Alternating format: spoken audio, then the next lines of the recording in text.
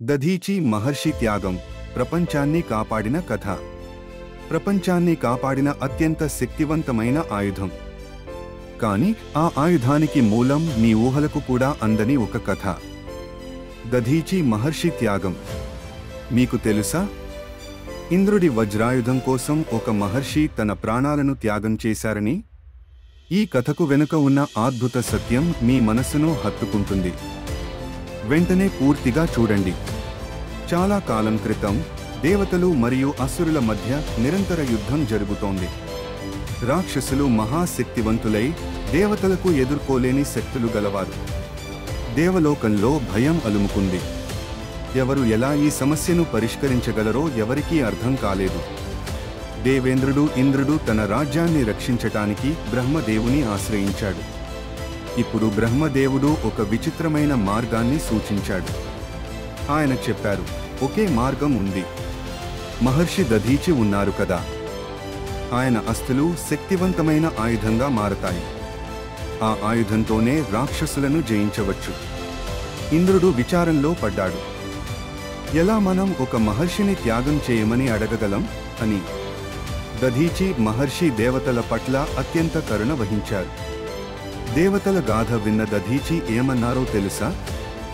జగతికి మేలు చేసేది నా శరీరం అయితే ఈ త్యాగం చాలా చిన్నది. నేను సిద్ధంగా ఉన్నాను. అలాంటి త్యాగం చేయడానికి మనస్సు పెట్టేవారు ఎవరూ ఉండరని దేవతలందరూ ఆశ్చర్యపోయారు. మహర్షి దధీచి తన యోగ శక్తితో శరీరం విడిచిపెట్టి తన అస్థులను దేవతలకు అందించారు. దేవతలు ఆ అస్థులను తీసుకుని విశ్వకర్మకిచ్చారు. విశ్వకర్మ బ్రహ్మాండమైన దివ్య శక్తులతో ఆ అస్థులను వజ్రాయుధంగా మార్చాడు. అది సిద్ధమైన క్షణం. దేవతల ఆత్మవిశ్వాసం పునరుద్ధరించబడింది. అసురులలో మోస్ట్ పవర్ఫుల్ అయిన వృత్రాసురుడిని ఎదుర్కొనే సమయం వచ్చింది. వజ్రాయుధంతో ఇంద్రుడు వృత్రాసురునిపై దాడి చేశాడు. వజ్రాయుధం వల్ల వృత్రాసురుడు ఓడిపోయాడు. దేవతలు విజయోత్సవంలో మునిగిపోయారు. ఈ విధంగా ఒక మహర్షి త్యాగం వల్ల ప్రపంచానికి శాంతి వచ్చింది. ఈ కథ మనకు ఏం చెబుతుంది?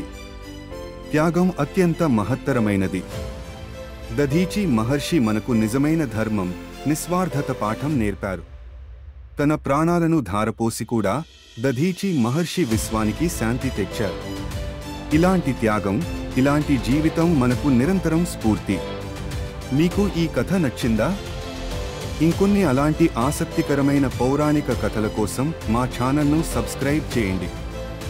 అలాగే ఈ వీడియోని మీ మిత్రులకు షేర్ చేయండి.